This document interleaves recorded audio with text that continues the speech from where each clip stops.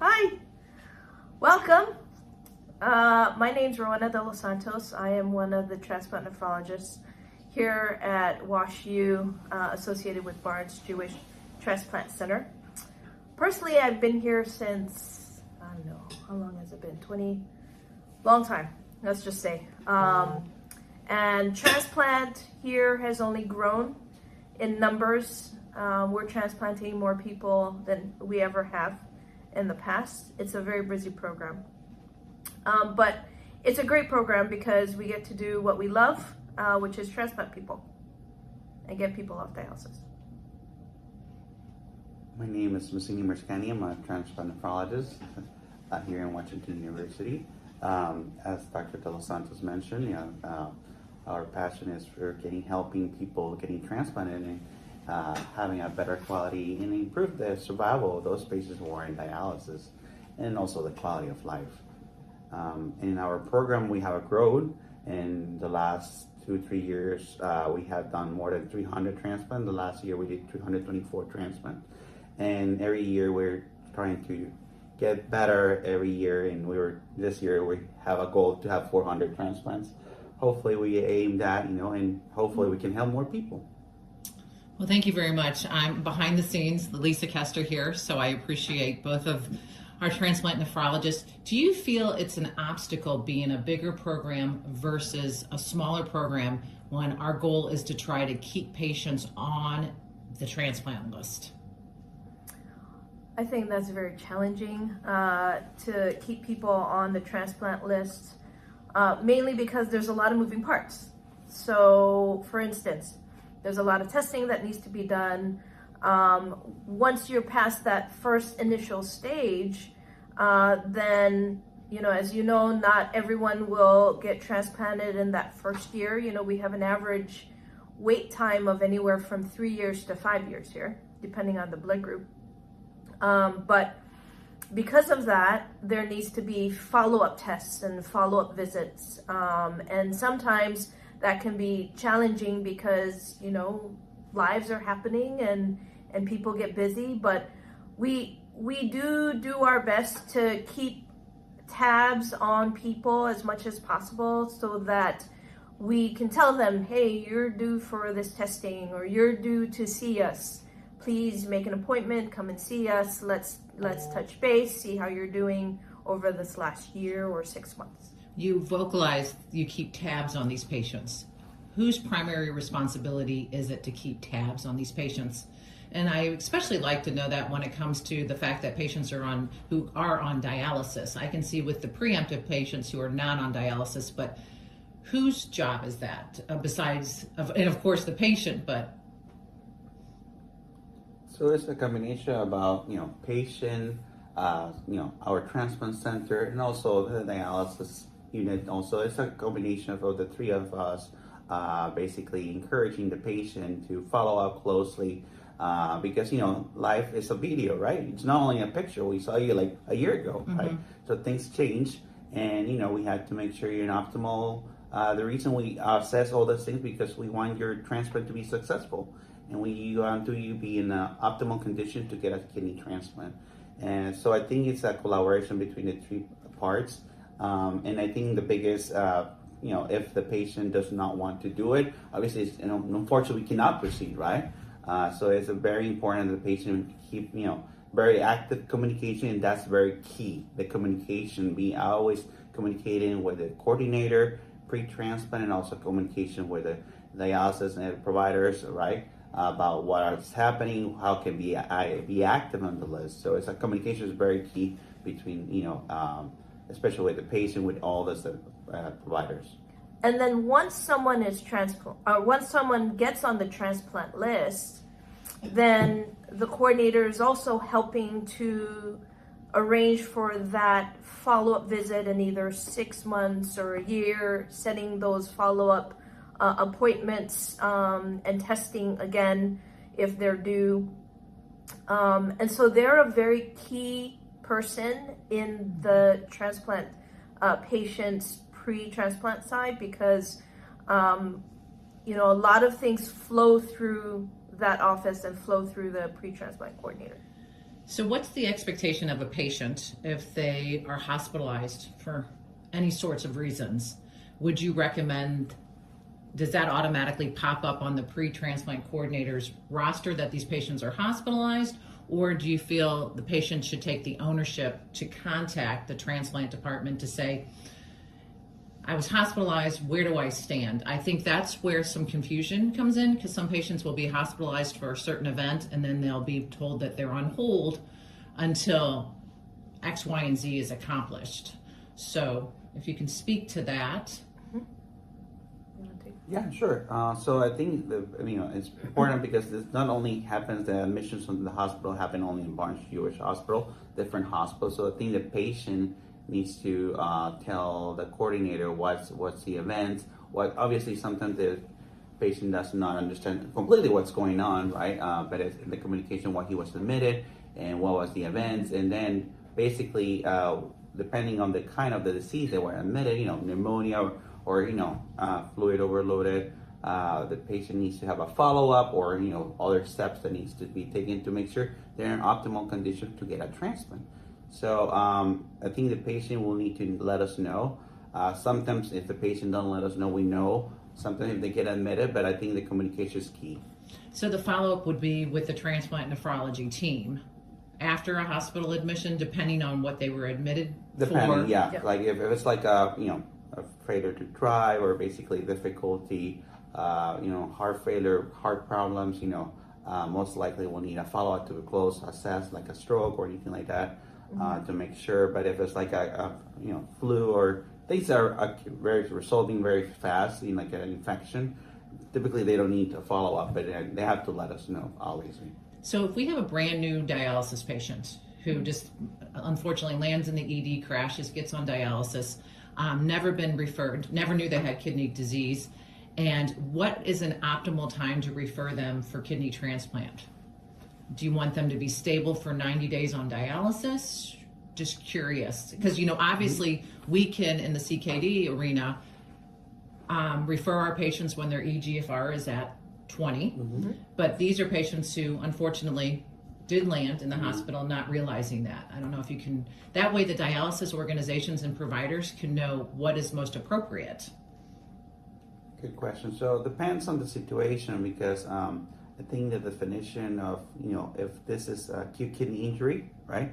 Or this is end-stage renal disease. And sometimes when they crash the ER, it's hard to say, right? But sometimes there are other factors that you can assess, like the size of the kidneys when you do ultrasound. Basically, most likely this was happening for a long time. And I think, if you have acute kidney injury, it will be more than 90 days to define end-stage renal disease. But if it's end-stage renal disease, you can start at the first time evaluating in the dialysis unit. So if you have a patient who's already on the transplant list and has had already one transplant, but then gets acute kidney injury, and then it turns to ESRD, what happens with their status when they hit dialysis? Because their transplant was failing, acute kidney injury, and now ESRD.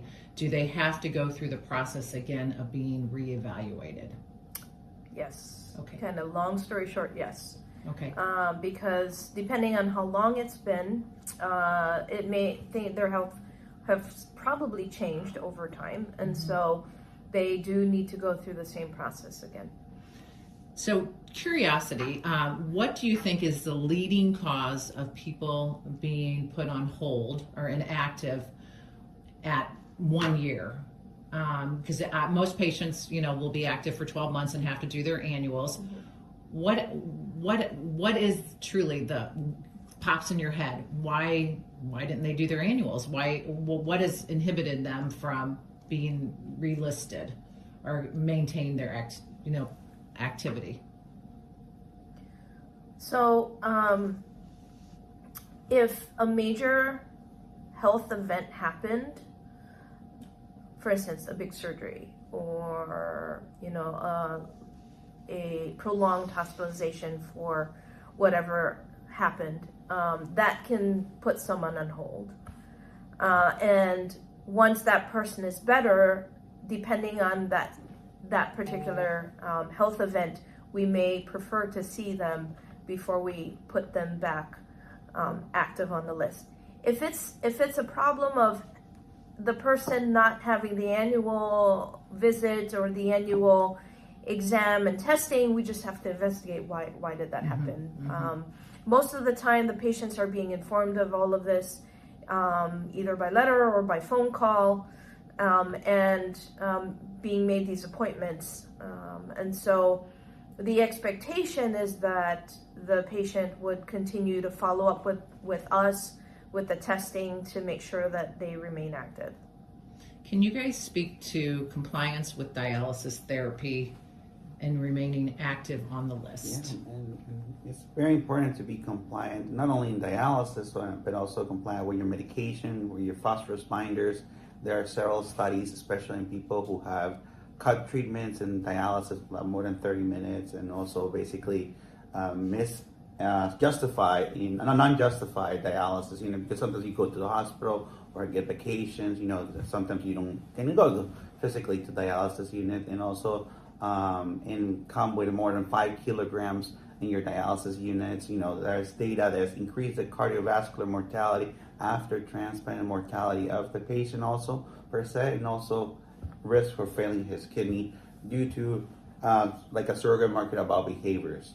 Also phosphorus, is one other biomarker that we use as an assessment of how compliant you are with your medications and also with your diet, right? Because, as you know, dialysis does not remove completely, because of the timing, your phosphorus.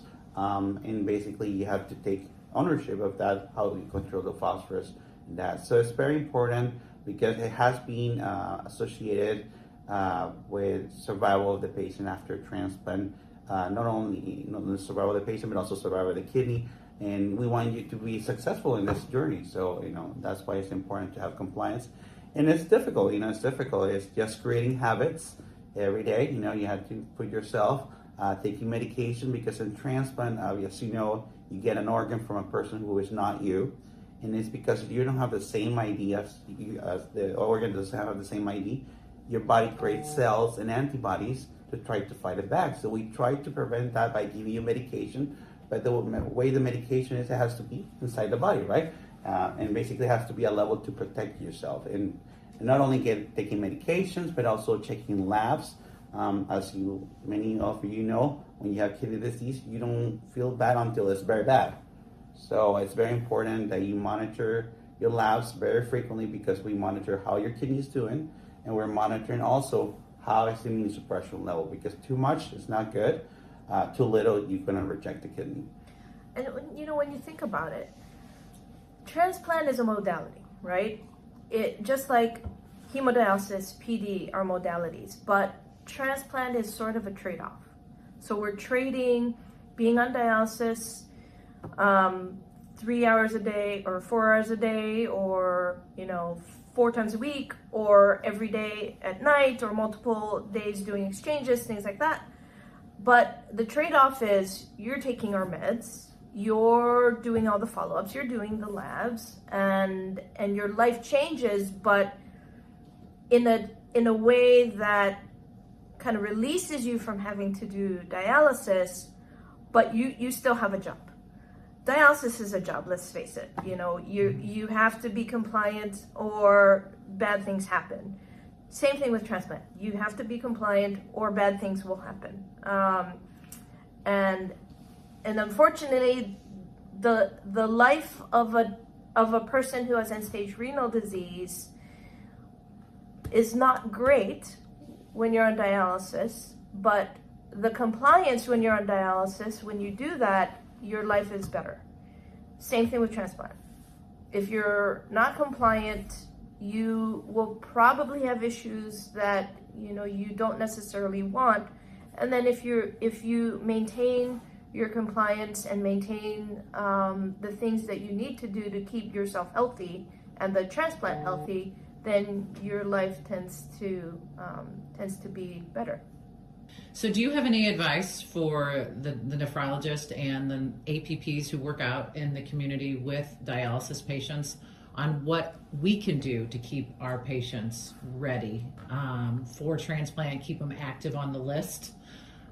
It does become challenging with our patients. Of course, we are communicating with the dialysis organizations, the dialysis nurses, but we do a lot of, as a provider, if I start seeing patients cutting treatment times or missing some dialysis, or I see that we're not controlling PTH, or I see that they're having trouble getting their medications, taking their medications. I just want to make sure as a provider, as an APP, that I can do a better job with my patients from your perspective.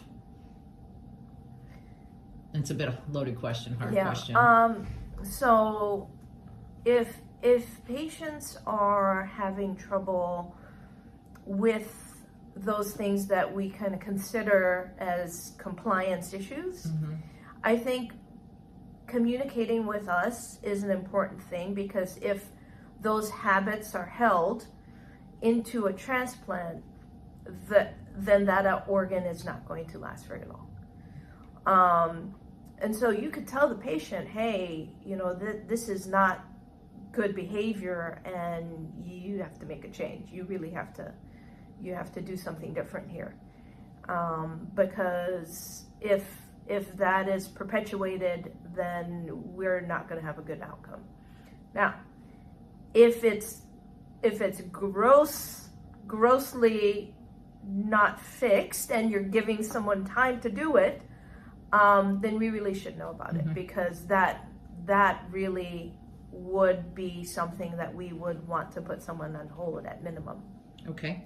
And I know vehicles of communication are very, very challenging.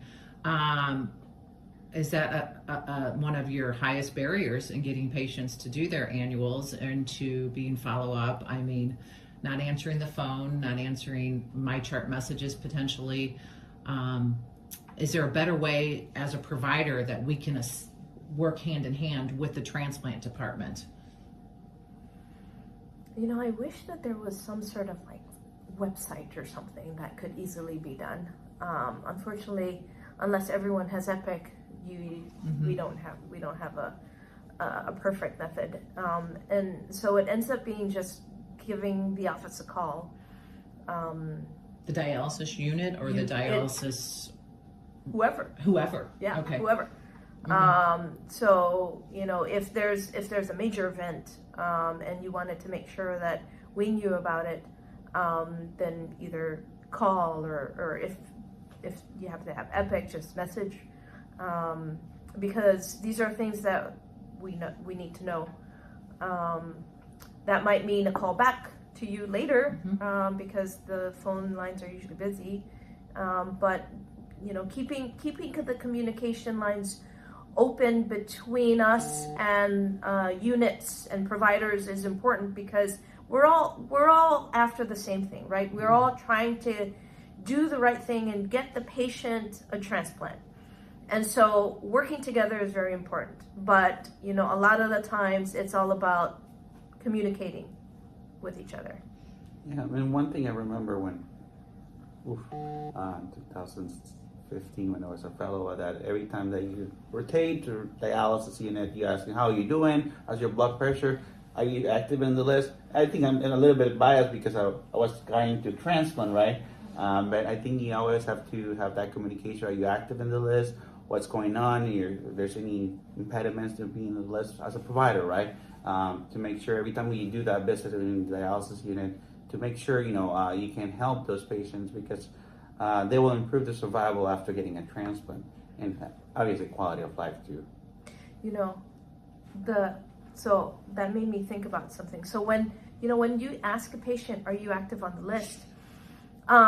Sometimes they may not actually know, Correct, because they think that by just seeing us in the clinic, or even they're calling active, you, or calling, they're active. But obviously there's more steps, and there's more steps to that. It's not just, hi, I want to be active on your list, and then you're done. So saying, hey, did you go through all the testing? Did they tell you that you are active? Because what they may think that they know may not be what is the reality of it. Correct. And so if you have doubt, call. because that's the easiest and the fastest way to find out whether or not that person is active. Yes, and the dialysis organizations, the dialysis units, the home programs do receive a letter stating if you're active or your patient is now active, which is very helpful because, yes, I go around and I ask patients, where are you with getting on transplant? Are you active? Oh, yeah, I'm active. And they literally just made a phone call to make an appointment. So I think those are misconceptions that we just really need to spend more time educating our patients that it is a process to get onto the list. Now, that process can be either very short, depending on the patient, or it can be a long process because they have a lot of comorbidities. And it can take time. So it's not uncommon that after seeing us in the clinic, there might still be several things that we need to hash out, either with other providers or other tests and whatnot, to make sure that that person is transplant ready. Correct. And then just as an example, towards the end of the year, patients' Medicare's changed, different things, or commercial insurance, or they lost their job, or there was a disruption in health insurance. I always try to tell my patients, call the call to your transplant coordinator, speak to someone so they can provide you guidance, because I know that can be that's a big deal. A big deal. Oh, yes. Yeah. We have had to cancel transplants because of that. Yeah. That usually happens in this very early time of the year, Yeah. January to March. Exactly right. And it can be devastating because that person's been waiting X number of years and they're really excited, only to find out that they can't get it. And by the way, it's fine if they don't get it, because you don't want that person to have the bill of a transplant. Correct. Because that is not something any of us, Yeah. everyone is to get billed for that.